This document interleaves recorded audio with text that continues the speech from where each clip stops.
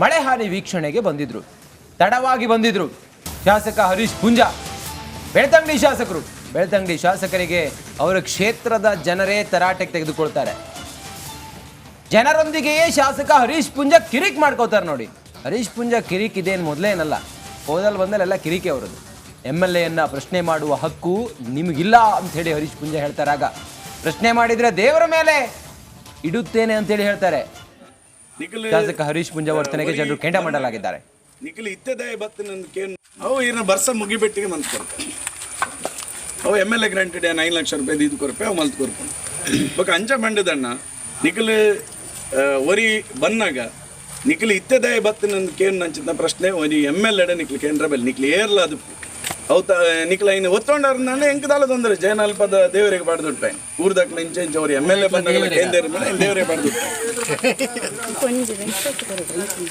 ಅವು ಇನ್ನು ಬರ್ಸ ಮುಗಿಬೆಟ್ಟಿಗೆ ಮಂತ್ ಕೊಡ್ತಾರೆ. ಅವು MLA ಗ್ರಾಂಟೆಡ್ 9 ಲಕ್ಷ ರೂಪಾಯಿ ಇದು ಕೊರಪೆ ಅವು ಮಲ್ತ್ ಕೊರ್ಕೊಂಡು ಬೊಕ್ಕ ಅಂಚ ಮಂಡದಣ್ಣ ನಿಖಿಲ್ ಒರಿ ಬನ್ನಾಗ ನಿಖಿಲ್ ಇತ್ತದಾಯ ಬತ್ತನಂದಕ್ಕೇನು ನಂಚಿದ ಪ್ರಶ್ನೆ ಒರಿ MLA ನಿಖಿಲ್ ಕೇಂದ್ರ ಬೆಲೆ ನಿಖಿಲ್ ಏರ್ಲ ಅದು ಅವು ನಿಖಿಲ್ ಇನ್ನು ಒತ್ತೊಂಡಾರ ಎಂಕದಾಲ ತೊಂದರೆ ಜಯನಾಲ್ಪದ ದೇವರಿಗೆ ಪಡೆದುಟ್ಟಾಯ್ ಊರ್ದಾಕ್ಲ ಇಂಚೆ ಅವ್ರು MLA ಬಂದಾಗ ಕೇಂದ್ರ ಮೇಲೆ ದೇವರಿಗೆ ಪಡೆದುಟ್ಟಾಯ್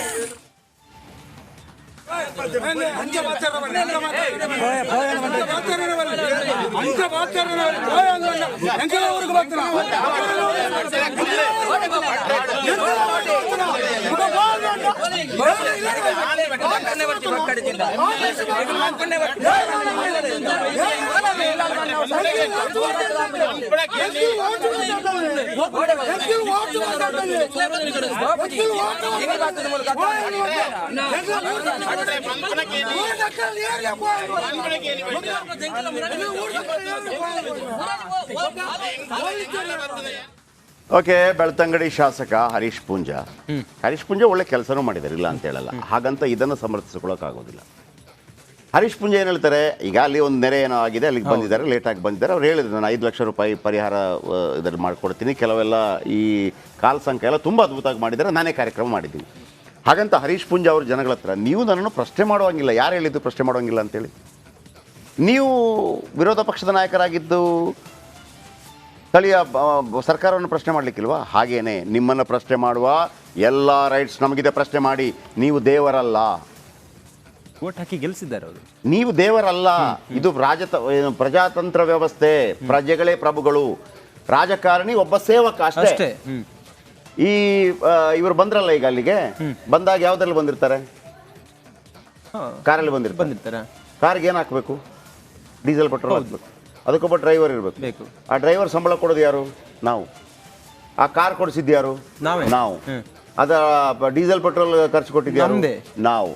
ಅವರು ಅಲ್ಲಿ ಹೋಗುವಾಗ ಚಹಾ ಕುಡಿಲಿಕ್ಕೆ ಟೈಮ್ ಇರ್ತದೆ, ಅವರು ಚಹಾ ಎಲ್ಲ ಕುಡಿದು ಹೋಗ್ಬೋದು, ಟಿ ಅದು ಕೊಟ್ಟದ್ದು ಯಾವ? ನಾವು. ಮತ್ತೆ ಯಾರು ಕ್ವಶನ್ ಮಾಡಬಾರ್ದು. ಪುಂಜರೆ, ನೀವು ಒಬ್ಬ MLA, ಅಗ್ರೆಸಿವ್ MLA ಎಲ್ಲವೂ ಕೂಡ. ಸಮ್ಟೈಮ್ಸ್ ನೀವು ಬಂದಿದ್ದು ಲೇಟ್ ಆಗಿರ್ಬೋದು, ಅಥವಾ ಬೇರೆ ಯಾರನ್ನಾದ್ರೂ ಕಳಿಸ್ಬೋದಾಗಿತ್ತು. ಜನಗಳು ನಿಮ್ಮನ್ನು ಪ್ರಶ್ನೆ ಮಾಡೇ ಮಾಡ್ತಾರೆ. ಏನು ತಪ್ಪಿದೆ? ಮಾಡೇ ಮಾಡ್ತಾರೆ. ನೀವು ಪ್ರಶ್ನೆ ಮಾಡಬಾರ್ದು ಅಂತ ಕೇಳೋ ನೈತಿಕತೆ ಯಾವುದೇ ಹಕ್ಕು ನಿಮಗಿಲ್ಲ. ನೆಹರು ಅವರು ಪ್ರಧಾನಮಂತ್ರಿ ಆದಾಗ ಒಬ್ಬಳು ಅಜ್ಜಿ ಬಂದು ನಿಲ್ಲಿಸಿ ಕೇಳ್ತಾರಂತೆ ಯಾವುದೋ ಒಂದು ವಿಷಯಕ್ಕೆ, ನನಗದು ಸಬ್ಜೆಕ್ಟ್ ಮರ್ತೋಯ್ತು. ಜೋರಾಗಿ ಮಾತಾಡ್ತಾರಂತೆ ಅಜ್ಜಿ, ಜೋರಾಗಿ ಮಾತಾಡ್ತಾರಂತೆ. ಏನಾಯ್ತು ನೀನು ಬಂದು, ಏನಾಯ್ತು ಈಗ? ಮೊದಲು ಬ್ರಿಟಿಷರ್ ಇದ್ರಲ್ಲ, ಈಗ ನೀನು ಬಂದು ಏನು ಬದಲಾವಣೆ ಮಾಡಿದೆ ನೀನು ಏನೋ ಕೇಳಿದ್ರಂತೆ. ಅದಕ್ಕೆ ನೆಹರು ಹೇಳಿದ್ರಂತೆ, ಅಜ್ಜಿ ಬದಲಾವಣೆ ಅಂತಲ್ಲ, ಅಟ್ಲೀಸ್ಟ್ ನಿನಗೆ ನನ್ನನ್ನು ಪ್ರಶ್ನೆ ಮಾಡೋ ಹಕ್ಕು ಬಂದಿದೆ ಅಂತ. ಏನಾಗಿದೆ ಇಲ್ಲ ಗೊತ್ತು, ನೀನು ನನ್ನನ್ನು ಪ್ರಶ್ನೆ ಮಾಡ್ಬೋದು ಅಂತ. ಹಾಗೇನೆ ಹರೀಶ್ ಪುಂಜರೇ ಇದನ್ನು ಪ್ರಶ್ನೆ ಮಲ್ಪಡೋ ರೈಟ್ಸ್ ಮಾತ್ರೆಗಳು ಉಂಟು. ಆಮೇಲೆ ದೇವರಿಗೆ ಇಡ್ತೀನಿ, ಮತ್ತೊಂದು ಇಡ್ತೀನಿ, ಅದೆಲ್ಲ ನಿಮಗೆ ಶೋಭೆ ತರೋದಿಲ್ಲ. ನೀವು ದೊಡ್ಡ ನಾಯಕರಾಗಿ ಬೆಳಿಬೇಕಾದ್ರು ನಮಗೆಲ್ಲ ಆಸೆ ಇದೆ. ಪಾರ್ಟಿ ಯಾವುದೇ ಆಗಿರಲಿ, ಎಂಥದೇ ನಾಯಕರಾಗಿರಲಿ, ನಾವು ಅದನ್ನು ಹೇಳ್ತಾ ಇರ್ತೀವಿ. BJP ಈಗ ನಾವು ಕೃಷ್ಣ ಬೈರೇಗೌಡರ ಬಗ್ಗೆ ಹೇಳ್ತಾ ಇರ್ತೀವಿ. ವಾಟ್ ಎ ವಂಡರ್ಫುಲ್ ಮಿನಿಸ್ಟರ್, ಎಲ್ಲ ಕಡೆ ಹೋಗ್ತಾರೆ, ಮತ್ತೊಂದು ಮಾಡ್ತಾರೆ, ಕೆಲಸ ಮಾಡ್ತಾರೆ. ಸೊ ಹಾಗಿರುವಾಗ ಇದು ನಿಮಗೆ ಶೋಭೆ ತರೋದಿಲ್ಲ. ನಿಮ್ಮ ಅಗ್ರೆಷನ್ ಅನ್ನು ಸ್ವಲ್ಪ ಕಡಿಮೆ ಮಾಡಿದ್ರೆ ಒಳ್ಳೆಯದು. ಎಕ್ಸ್ಪೆಕ್ಟ್ ಮಾಡಿರಲಿಲ್ಲ ಅವರಿಂದ ಮಾತು ಇಲ್ಲ. ಆಮೇಲೆ ಅವರು ಕೂಡ ಸ್ವಲ್ಪ ಮುಂಗೋಪಿ, ಆಮೇಲೆ ಗೊತ್ತಾಗಿರ್ತದೆ ಅವರಿಗೆ. ಆದರೆ ಮುಂಗೋಪ ನೀವು ಸಾರ್ವಜನಿಕ ಸಮಾಜದಲ್ಲಿ, ಸಾರ್ವಜನಿಕ ಜೀವನದಲ್ಲಿರೋದಾಗ ಎಲ್ಲವನ್ನು ತಡ್ಕೋಬೇಕಾಗತ್ತೆ.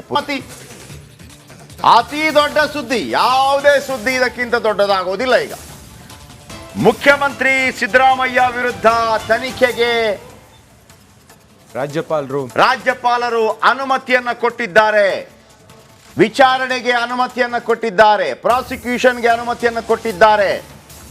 ಈಗ ಕೋರ್ಟ್ನಲ್ಲಿ ಕೇಸು ದಾಖಲು ಮಾಡೋಕೆ ಹೋಗ್ತಾರೆ. ಈಗ ಕೋರ್ಟ್ ಮುಂದೆ ಇದೆ, ಪ್ರಾಸಿಕ್ಯೂಷನ್ಗೆ ರಾಜ್ಯಪಾಲರ ಅನುಮತಿ.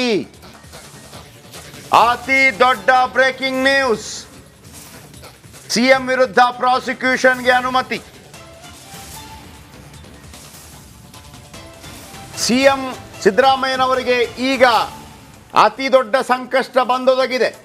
ಮುಡಾ ಹಗರಣ ಸಂಬಂಧ ಮತ್ತು ಗೊತ್ತಾಗಬೇಕಾಗಿದೆ ಯಾವ ವಿಚಾರಕ್ಕೆ. TJ ಅಬ್ರಹಾಂದ ಸಾಯಿ ಕೃಷ್ಣ ಮುಡಾ ಹಗರಣ ಸಂಬಂಧ ಪ್ರಾಸಿಕ್ಯೂಷನ್ಗೆ ಇದೀಗ ಕೇಸು ದಾಖಲಾಗತ್ತೆ ಕೋರ್ಟಲ್ಲಿ. ಕೋರ್ಟ್ಗೆ ಅವಕಾಶ ಇದೆ, ಅದನ್ನು ದಾಖಲು ಮಾಡ್ಕೋಬೇಕಾ ಮಾಡ್ಕೋಬಾರ್ದಾ. ಸಮ್ಟೈಮ್ಸ್ ಕೋರ್ಟ್ ರಿಜೆಕ್ಟ್ ಮಾಡಬಹುದು, ಸಮ್ಟೈಮ್ಸ್ ಕೇಸ್ ದಾಖಲಿಸ್ಕೊಳ್ಬಹುದು.